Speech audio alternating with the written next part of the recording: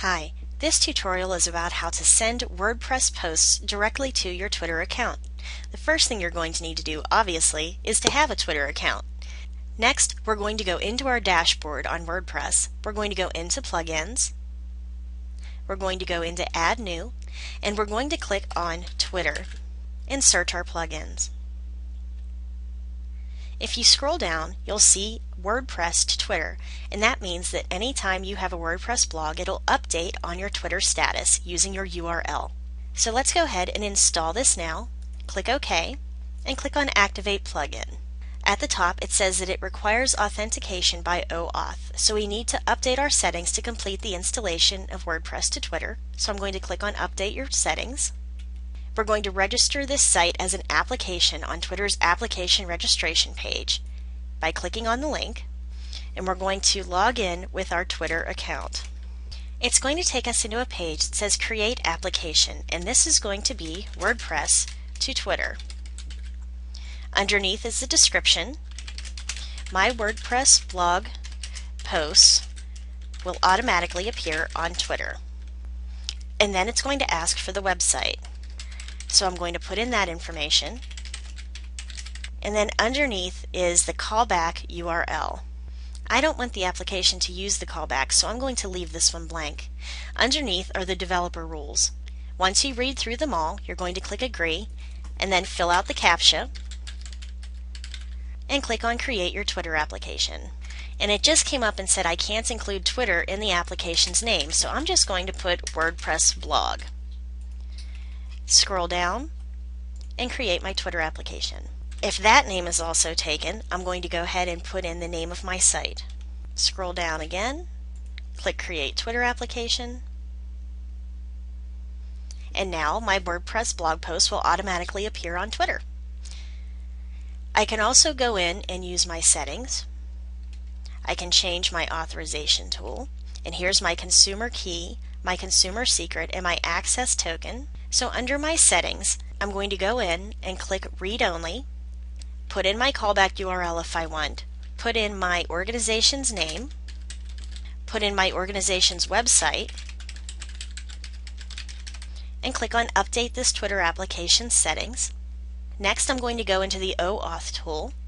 I'm going to copy my consumer key and paste it into my Twitter consumer key box in my WordPress. And then I'm going to copy my consumer secret and paste that into my WordPress as well.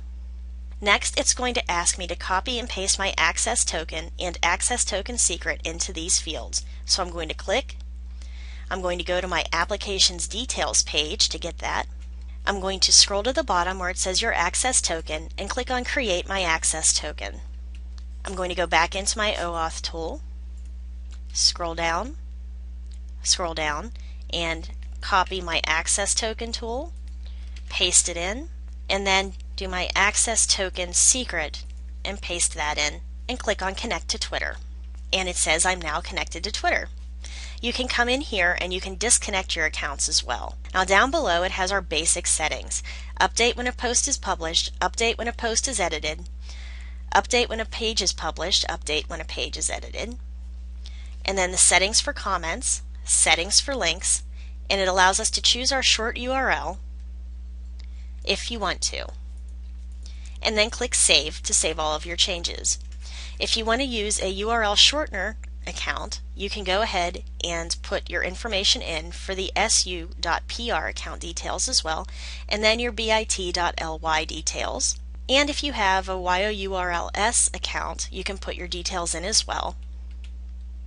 Underneath are advanced tweet options. You can choose to strip the non-alphanumeric characters from your tags, which I'm going to go ahead and click.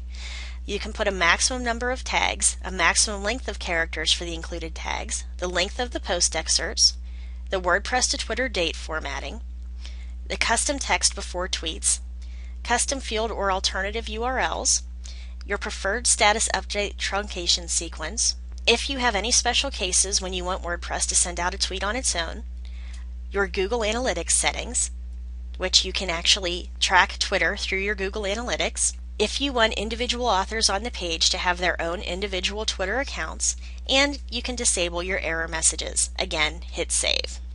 On the bottom, we can limit our updating categories. Let's say I only want my tutorial categories to be updated. I would click on that, and only when I have a tutorial category post will it link.